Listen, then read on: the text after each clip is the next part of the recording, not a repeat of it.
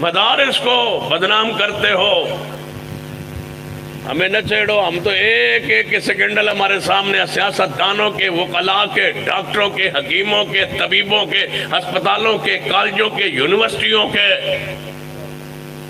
لیکن ہم اس لیے خاموش ہیں کہ من ستر مسلمن، کہ مسلمان کی پردہ پوشی کی جاتی ہے. تم کسی مدرسے کے اندر کوئی گناہ یا کوئی عیب والی بات دیکھ لو تو تم پورے مدارس کو برا کہتے ہو. کس بنیاد پہ مدارس پر ظلم کیا جا رہا ہے؟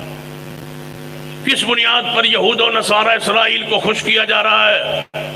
کس بنیاد، کس ایجنڈے پر کام کر کے مدارس پر بین اور پابندی کا سوچا جا رہا ہے؟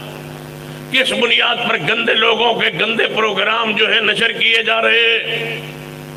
جس دن مدارس کے بارے میں، علماء کے بارے میں یہ بد زبانی سوشل میڈیا پر آئی، اسی دن ایک عالم نماز پڑھتے ہوئے، سجدے میں نماز پڑھاتے ہوئے فوت ہو گیا.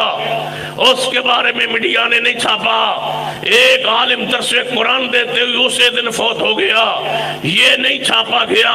چیچا وطنی میں اہل حدیث مؤذن اذان دیتے ہوئے اشہد ان محمد رسول اللہ کہتے ہوئے سانس نکل گئی، یہ اخبار میں نہیں چھپا. میں حافظ زبیر علی زئی رحمت اللہ علیہ ہمارے جامعہ میں گرے بے ہوش ہوئے صحیح البخاری سینے پر تھی، یہ میڈیا پر نہیں چھاپا گیا.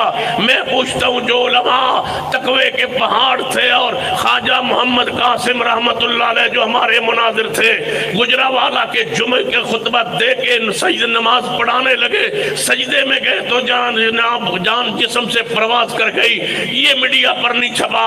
علامہ احسان اللہ ظہیر نے اپنی جان کافر ہو تو شمشیر پہ کرتا ہے بھروسہ، برسر میدان اپنی جان کو پیش کیا. یزدانی شہید نے وَإِذَا خَذَ اللَّهُ مِيثَاقَ النَّبِيِّينَ یہ آیت پڑھتے ہوئے اپنی جان کو قربان کر دیا.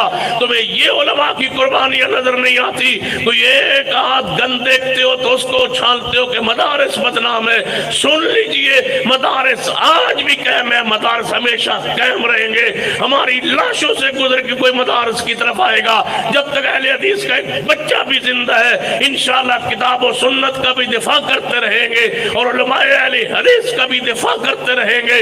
مدارس اور مساجد کو قائم رکھیں گے، روشن رکھیں گے. تم جتنی مرضی ہمت کر لو اور جتنے مرضی پروگرام بنا لو، مدارس محفوظ ہاتھوں میں ہے اور انشاءاللہ محفوظ ہاتھوں میں رہیں گے.